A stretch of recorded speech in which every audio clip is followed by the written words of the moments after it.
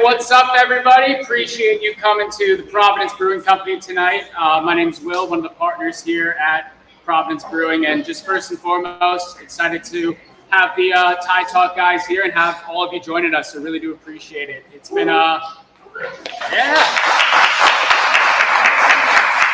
It's been a fun inaugural season for the club, and we're excited to, be at the forefront, being able to support it. A lot of skepticism and doubt on the team from a lot of Rhode Islanders, but I think it's something great for the state, the fans, the people. So we're really excited to have events here like this. And Ryan and Matt are two fantastic guys. I mean, the podcast is something I've listened to from very early on. So being able to meet them and being able to host them here is super special for us. And the first of many live streams, shows, tailgates, whatever the case might be. But just wanted to thank these two gentlemen and thank you guys all for coming and enjoy the show. Thank you as well.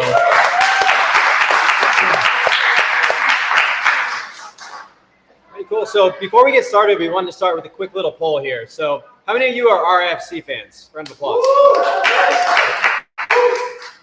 All right. How many of you are season ticket holders? Okay. All right. How about the fine 1636 members? All right. There you go. How many of you are regular Thai Talk listeners? And this one doesn't make any sense now, but I'm still doing it. How many people just wanted to come to a brewery to get a beer and are now very confused at what's going on? But we brought the whole crowd, so it works.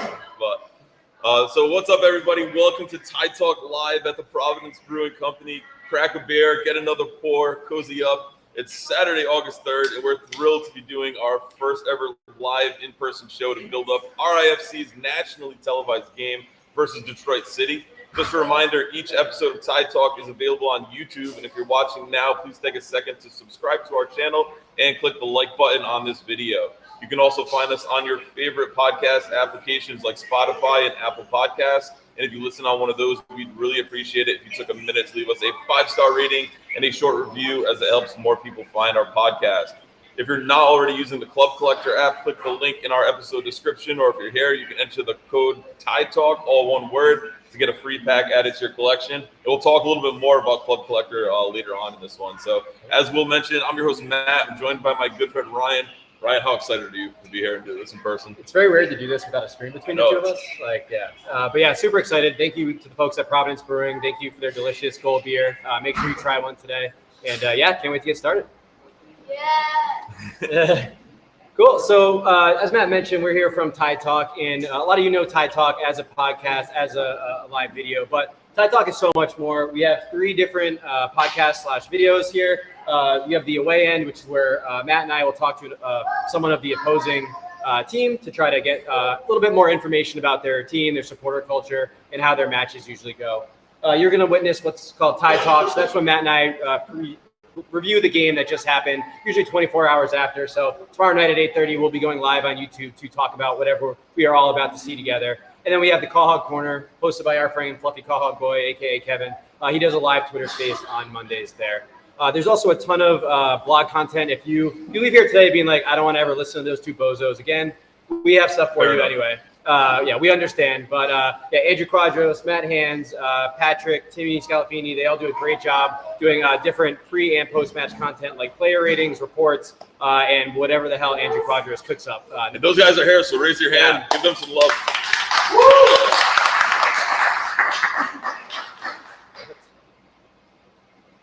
Cool.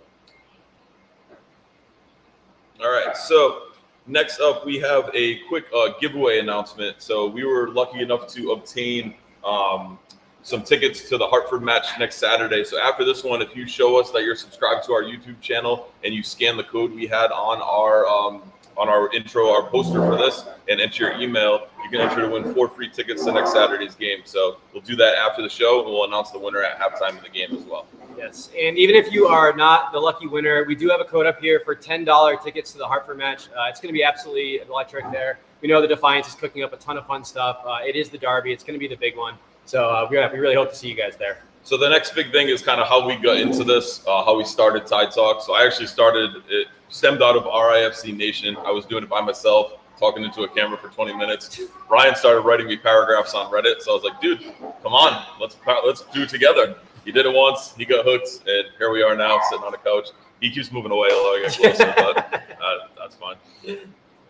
Yeah, and it's been super exciting. We're both native Rhode Islanders. We're both so excited about the team and about all the great things that are to come with Rhode Island FC. So, yeah, happy to be part of this awesome community. We say it all the time, but yeah, and appreciate everyone for showing up today. All right, so before we get into the Detroit City match, we wanted to talk about Rhode Island FC and their season so far. So we have Rhode Island FC. They are 7th place in the USL Championship Eastern Conference. A lot of you know they're on a tremendous run of form. They have 4 wins and 1 loss, 1 draw in their past 4 matches. They are unbeaten in 7, so they're on quite the streak here. Yeah, some key stats during the stretch. They have 32 goals for and 30 goals against, so the plus goal differential has been a big thing of late, scoring more goals than the other team. Getting that's also a playoff tiebreaker, so that's very important to have and build that up even further. We are currently 4th in the USL Championship in goals per match, so the goals have been coming, and we are 18th in goals conceded. So the pace of play is getting a little bit, faster. We're conceding a little bit more, but we're scoring a lot more, so it's working a lot better. Yeah, I'd say we're a lot of fun for the neutral. Yeah, so it should be a fun game today to watch for all of you who haven't seen Rhode Island FC as of late. Cool. And then just some key players to watch. So we have Frank Nodarse. He is our massive center back at the back, number 15. He is 3rd in the league in tackles, interceptions. He also has been scoring a lot as of late. He has 4 goals, all from set pieces. So really fun player on both ends of the pitch and someone who we've really seen grow throughout the year. Right. Big part of that was also, Mark Ibarra getting on those spot kicks, getting on those corner kicks, finding his head and finding the back of the net. I'll let you take Clay. Clay Holstead is a fan favorite. He's our version of Roy Kent. He's here, he's there, he's everywhere. We love Clay. Thank you for editing that for the kids. Yeah, awesome. We talked to Clay after the game. He signed Zach, my son's shirt and everything, and he looked like he went out for a light jog. Like, didn't even look like he played 90 minutes, let alone went out there and put in a heck of a performance as well. So Clay is so much fun to watch. He's kind of the engine that really drives this team in the middle of the field. And we can't forget his long-range shots. I mean, guy scored probably 3 of the goals of the season through halfway in the year. So top bin bangers all the time. Top bins every single time. So absolutely love Clay Holstead. And I know you wanted the last one because you are the biggest Noah Fuson fanboy around. I am. So we have Noah Fuson, number 11. Contrary to popular belief, he does lead the team in goal contributions. So excited for the chat to love that one. But yeah, Noah's been great. He's someone who's played a lot of different positions this year. He's a little bit of an unsung hero from a bad part of the season, and now we're starting to see him shine in this run in here. So absolutely love the way he plays, love his creativity, love his technical quality, and hopefully we see all 3 of these guys put in a great performance. He's always smiling too. So it was like always happy, always happy. Also, another extremely nice guy. That's actually a common theme I talk about. Like, I always use his children to go talk to the players after the match, and they're just all a tremendously nice group of guys. And like, you can't ask for a better group to be out there representing the state of Rhode Island.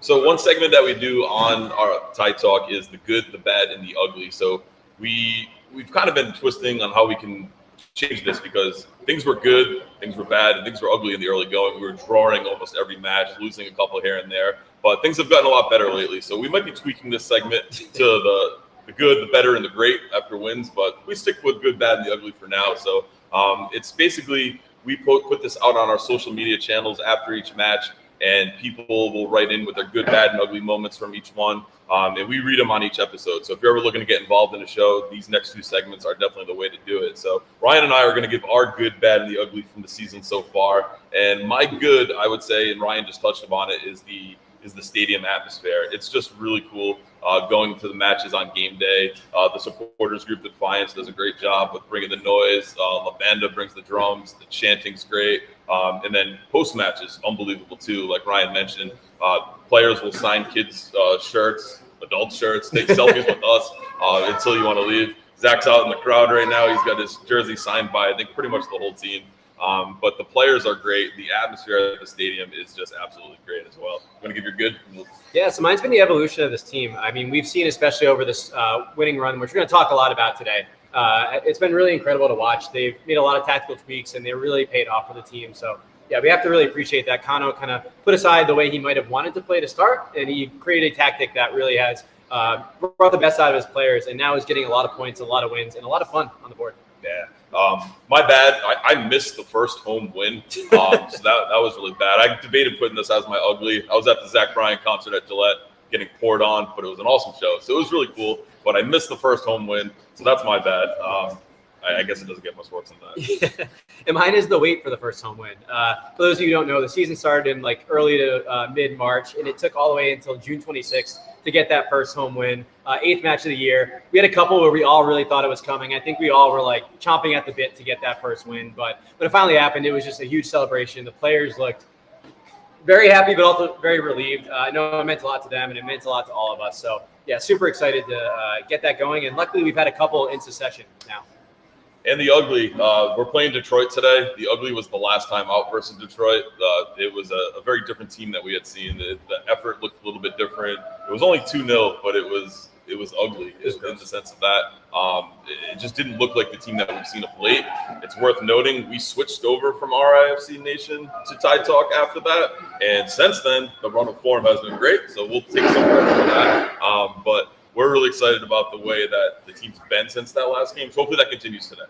Yeah, and my ugly was the game versus North Carolina FC the first time around. Probably the most boring 90 minutes of soccer you could ever watch. Truly zero chance creation from either team. Just sloppy all around, and something that I think really epitomized the way that we were playing a lot at the beginning of the season. Just like a complete lack of threat, complete lack of ideas, and just zero results there. Anyone have a good that they want to yell out? A good moment from the season so far from the crowd? Haribo. Yes, the signing of Zach Haribo. So we heard a Zach Haribo shout there. What a super sub he's been, a mid-season acquisition by this team. Come on and really impacted. We gave him our Lord of the Tides Player of the Month a couple days ago. We posted that out. So yeah, Matt's pretty dangerous on Canva, so he just comes up with all these ideas. I'm a weapon with Canva. So Haribo has been a good one. Any other goods people want to get out there? Spanking Louisville, first place Louisville. Very, very good. Just Koke in general? Koke in general? Okay. Yeah. Koke is awesome. Yeah. We won't even go with the bad and the ugly. We'll keep it positive. So we'll just end with the goods on those. Perfect. So another segment that you guys will hear a lot from us is the RIFC in 3. And that's where after matches we ask for people to summarize the match in 3 words. So Matt and I are going to give ours. We're definitely going to ask for some. So start thinking. But Matt? Yeah, so my RIFC for the season so far is just the rising tide. This team, as Ryan mentioned, has progressed so much. It's grown so much. The players are just awesome to interact with. Tide Talk has grown so much. So tide is rising. The buzz is growing around this team. I know they were on the road show the other day. Media coverage is getting better and more positive. So it's fun to see. Fun to be a part of. Yeah, mine is trust the process. So a lot of Philly. so a lot of you will know that the team did an awesome job. So Hartford is our biggest rival, and they got a ton of people down to the match in Hartford. They bust us down. They had a huge tailgate there. It was really, really cool. And something that was completely unexpected is after the match, Kano, the coach, marched us all out and talked to us in the parking lot. And one of the biggest great picture of him and Andrew Quadros out there. Yeah, it's Andrew's profile pic in the Discord if you're in there. But he kept saying, trust the process. We're really building something. We're really building something. And while a certain team from Philly has bastardized that term and have really put it to shame, we have seen a really big process grow in Rhode Island. And as Matt alluded to, the evolution and the building that this team has continuously done in the evolution. I think on and off the pitch, too. On and off the pitch, yeah, for sure. I mean, I think we all have to remember this is the first year that anyone in this club has done anything. And, so far they're doing a pretty damn good job for about 6 months on the job. Right on. Anyone in the crowd have a RIFC in 3 they want to share out? So three-word thought on the season so far? Momentum is building. Momentum is building. Very good. Very good. Great plant. Thank you. Anyone? Keep scoring goals. Keep scoring goals. The goals have been up and on the rise. Anyone else? Awesome. Thank you. Great. So now we're going to start shifting from the RIFC season as a whole to the preview of the match today. Cool. So looking at our opponents today, Detroit, they have had quite a weird season. So basically, as hot as Rhode Island is, they are as cold as could be. They have 3 losses in their last 5 and 2 draws, including a loss to Hartford in their last match. Round of applause for that. I actually, when I made these slides, penciled this in as a win in green, and I had to reverse it last night to get used to that. So really thought that they were going to pull that off. But honestly, it's great for our playoff hopes. Matt and I talk about it. We were focused on the playoffs, not necessarily the rivalry all the time. But I think it's also worth noting the shift too between the last time we played with them and us. They were hot coming into the game versus us, and they have been not since that game. We were not going into that game, and we have been hot since. So it's been a complete shift for both teams. So very interesting to see how that'll play out. Yeah, and as noted here, they are 6th place in the conference. You will remember that Rhode Island is 7th place. For those of you who don't know, the top 8 teams from each conference make the playoffs. So today is a really big match. It's what we like to call a 6-pointer here. So, yeah, we really can't be more excited about the 2 teams' forms going into this one. Oops, sorry. All right, so some key stats for this one. Detroit City has scored 25 goals on the season, given up 22. So a little lower scoring than we have been. They're 13th in the championship in goals per match, much below our 4th. And they're currently 5th in goals conceded per match. So they're giving up a lot of goals of late, and they're not scoring so much. So it'll be interesting to see if we're able to impose our will. Absolutely. And just a couple players to watch. So first up is Maxi Rodriguez. For those of you who watched the first match, you will remember him. He was all over the place, especially in the attacking third. Honestly, a really cool story. Maxi has almost 100 matches played for Detroit. He's been with them for over 4 years now. Has come with them through the NISA league. So cool that he's been around. You see a lot of player movement, especially in this league, and it's fun to see a guy embrace the city and stay there for a long time. A lot of short contracts, a lot of 1-2 year top contracts in this league. So cool to see him get all those time. Yep. So next up, we have Devin Amlumensa. So what's really interesting is he didn't come up. So as I mentioned earlier, there is an away end episode where we talked to a supporter of the other team. So Matt did a great preview of this match earlier this week, and Devin didn't come up in either of those matches. But when I was looking at the data for Detroit City, one thing that I thought was interesting to call out is that Devin actually is in the top 10% in the league in aerial duels won. And I really bring that up specifically because with the way that we've been playing as of late, which we're going to talk a bit more about, we've been going long a lot more to JJ. So I think whether JJ and his Jason Veritek thighs can win the match win the matchup against Devin, and even James Murphy, who is a top aerial dual winner who plays midfield. I think that's really going to be where this game might be won or lost today. And then James Murphy, he just does a bit of everything. He's their defensive midfielder, sits in front of the back line, protects them, but also does a great job creating from there. So you'll see a lot of long balls out to the wing there or up to Maxi Rodriguez from him. So really hoping that today that we have Noah Fuson using that tactic where we drop him in to mark their number 6 so that we're not allowing him to get on the ball and really dictate how things play. Yeah, the JJ battle with these 2 guys is going to be very, very fun to watch, very interesting to watch. So hopefully he can win most of his duels and kind of get going back to where he has been with that. Yep. So the lineup did just drop. Ooh. We have the starting 11 for Rhode Island FC today. It's Kok Vegas in net, Stephen Turnbull, Grant Stoneman, JJ Williams, Chico, Noah Fuzon, Clay Holstad, Frank Nodarse, Jojea Quizera, Mark Ibarra, and Karifa Yao, unchanged from last time. Yeah. So pretty good, pretty much what we want to see.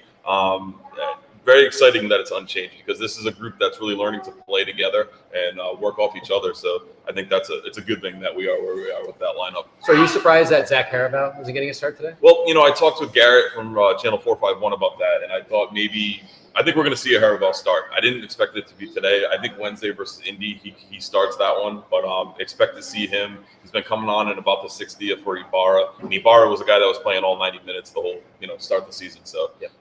That's the first impact sub that I could potentially see coming on in this one. Absolutely. Cool. So, yep.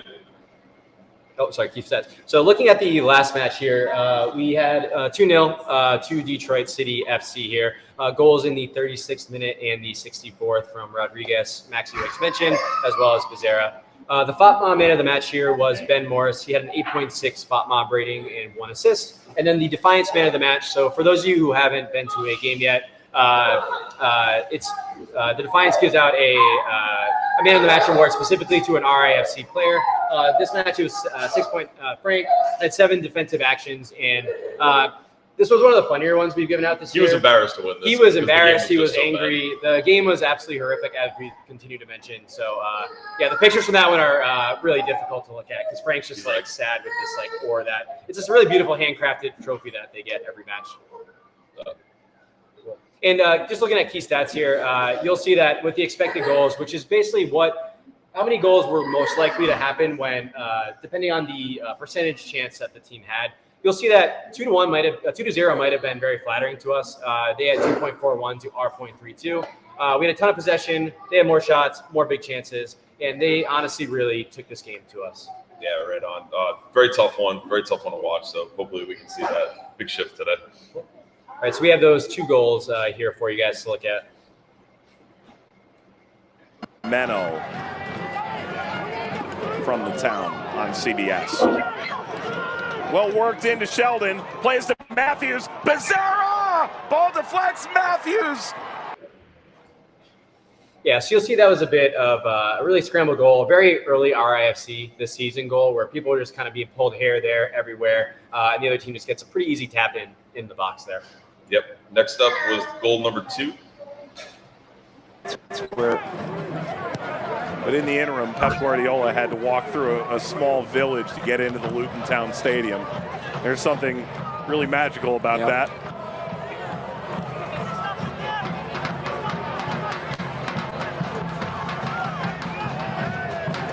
Deep down, I would like to see Tata Martino stroll into Keyworth or Burns Stadium or Tidewater Landing.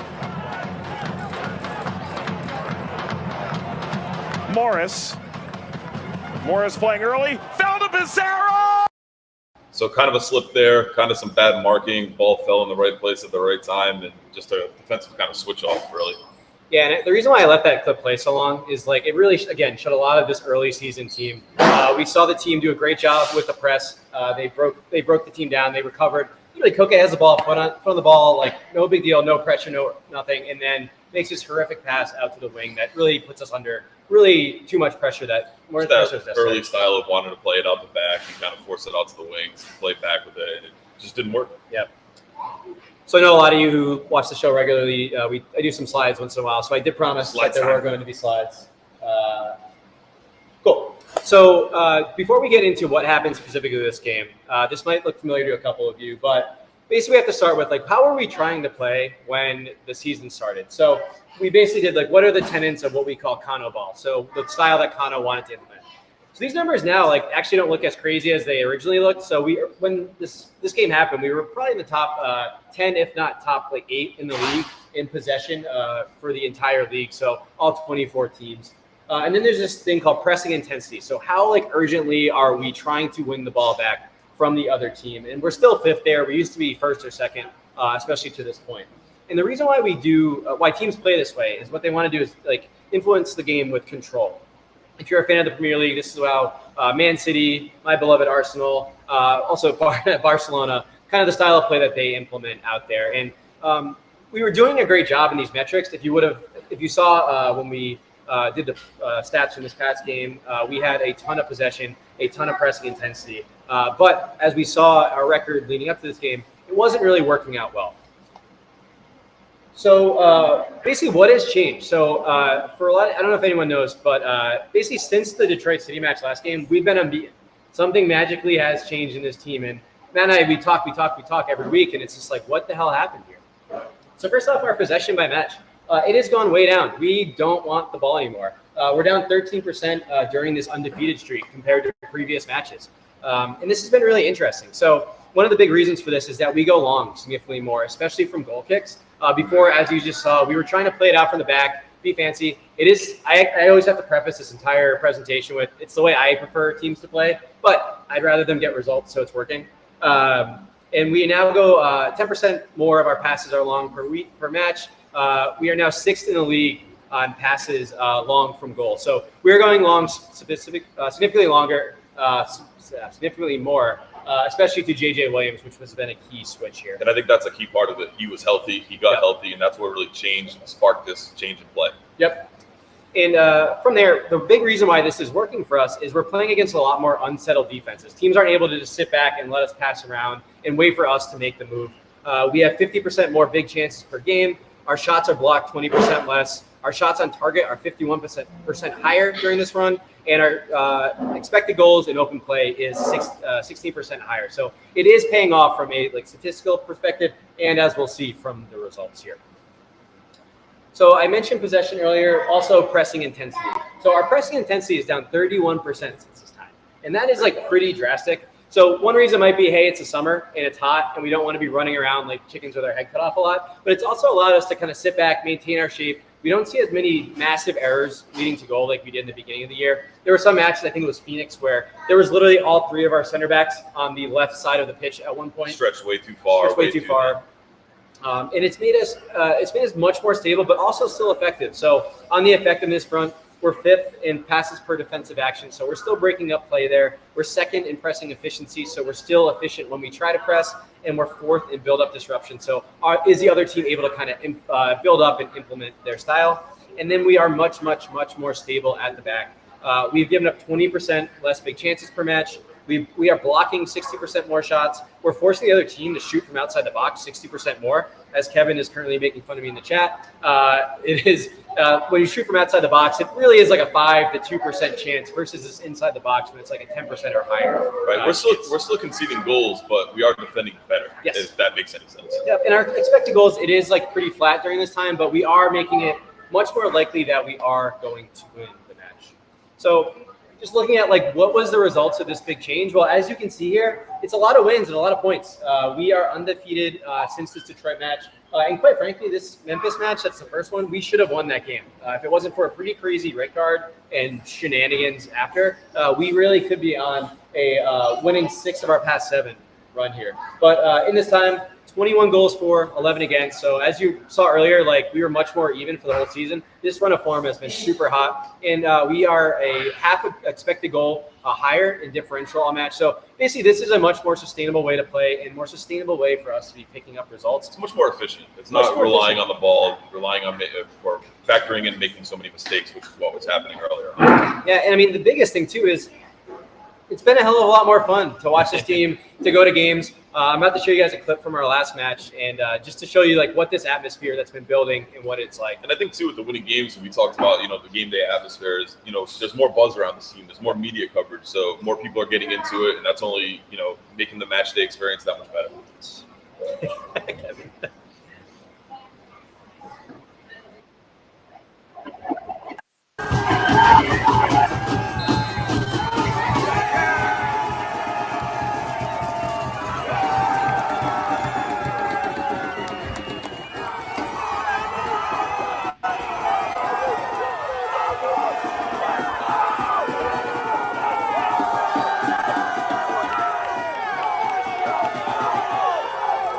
Trying to take a selfie.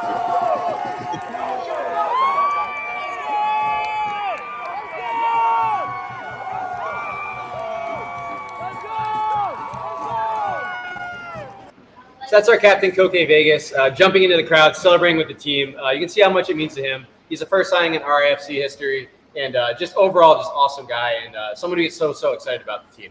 Yeah, so that's full time after the 2-0 North Carolina win. It just shows how passionate he was, and the supporters and him embracing them, us embracing the players. So just really cool how that atmosphere all plays out. Cool. And just to bring this all back to why the hell I started talking about this, how does this compare against our original match against Detroit City? So in the Detroit City match, our possession was 22% higher than during this winning run. Our intensity was 34% higher. And a lot of that led to some of those like scrappy goals that you saw in how we were playing. So hopefully the team can really use the way that we've been playing lately in this game, and they can dictate the style of play versus Detroit City bringing it to us. And I think confidence is going to be a big thing today. We are high on it. Detroit's a little low on it. So if we're able to impose our will, impose our style on them, I think it'll be a highly successful game. Awesome. All right, so the Club Collector app that I mentioned before, I know a lot of you in here use it as well. So take out your phones. We're going to set our lineups, and we're going to give you an exclusive code. And those of you in the chat watching on YouTube can get it as well. So if you enter the code TITALK LIVE, you're going to get a lot of free packs. Craig hooked it up big time this one. There's a couple of different packs you can get. I think it's like 4 packs you get from this code today. You get 3 basic packs, 1 Tide Talk pack, 1 Tide Talk Live pack, 1 Rare Plus, 1 limited basic pack, and that code expires in 72 hours. So if you use the Club Collector app, get that code in quick. There's an exclusive Tide Talk Live code card as well, so hopefully you can add that to your collection.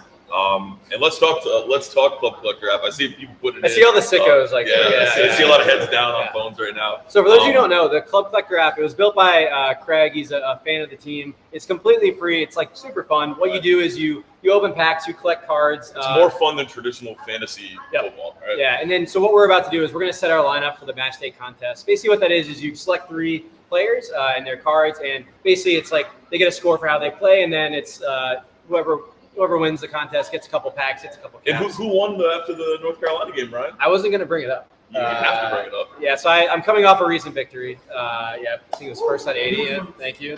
So Who's number 2? Matt Frick in the house. There you go. Number 2's in the house as well. Yes.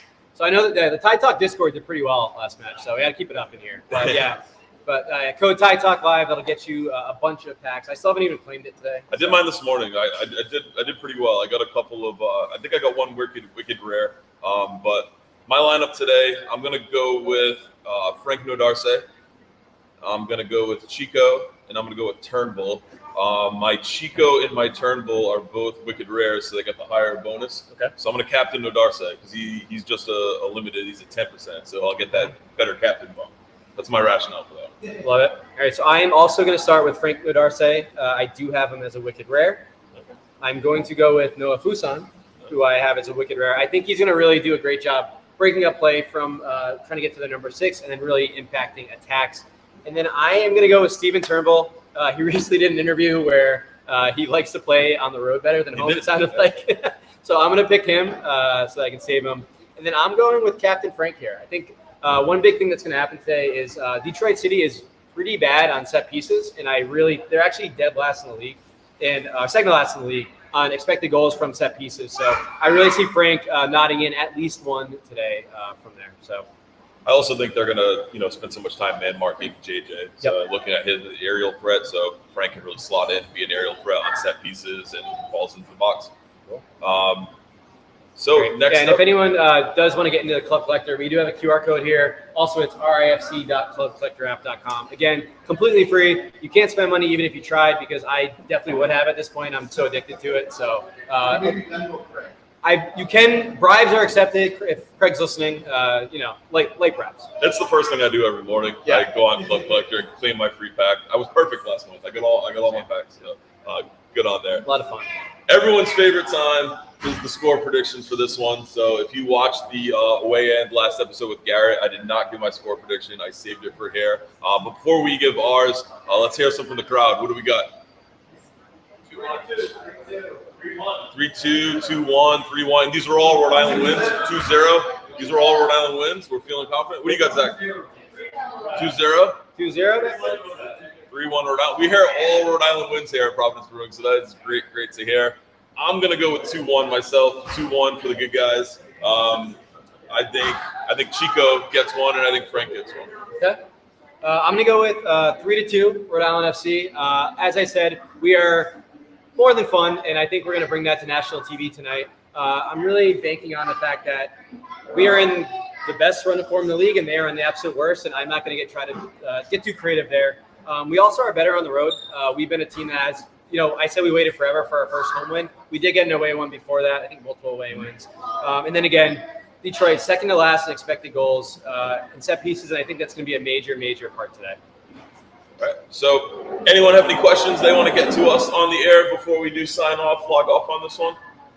No? Also from the chat as well. Oh, anyone in the chat too, if you want to get any questions in, feel free. We got some score prediction in there as well. Oscar's got 3-0 Rhode Island. Megatron has 3-1 with 4 yellow cards to both teams. So people are pretty high on Rhode Island on this one. So those of you that are watching on YouTube, I know it didn't pull as many comments from the chat as normal. Trying to get it all here in person first. We did see your comments. We were reading them throughout. So thank you for participating. If you're here watching and you ever want to see one of our shows, hop on YouTube, join the chat. It's always active, and we pull those comments and questions up and bring them right on screen and answer them and talk about them in real time. So it's a cool kind of collaborative experience. But before we do sign off, definitely wanted to thank Will. Wanted to thank Providence Brewing for hosting us. This was a lot of fun. Big round of applause.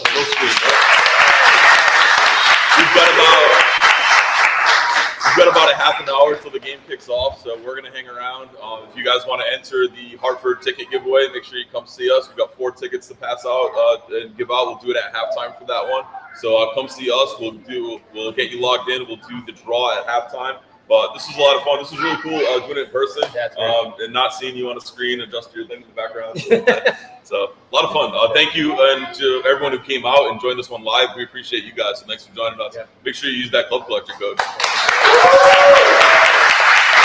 So So before we sign off, just want a reminder, make sure you tip your bartender as well, right? Take care of them. They took care of us bringing us in here. So we really appreciate that. But that'll wrap things up for this one. If you're new to this and you liked what you saw today, remember Ty Talk is more than just a podcast. You can find us on Twitter, Instagram, Facebook, and more for daily social media content. You can click the link in this episode description and scan our QR code that we have here if you're in person to follow all of our accounts. So I've been your host, Matt, from my good friend Ryan in Providence Brewing. Thanks for hanging with us. Thanks for joining us. Again, tip your bartenders. And if you see Ryan after this, tomorrow's his birthday. So make sure you tell him. He didn't want me to say that live, so I kind of let it die. Didn't talk about it. Make sure we get up there. But we always end each episode with the same thing. As always, up the tide. Up the tide. Cheers, bud.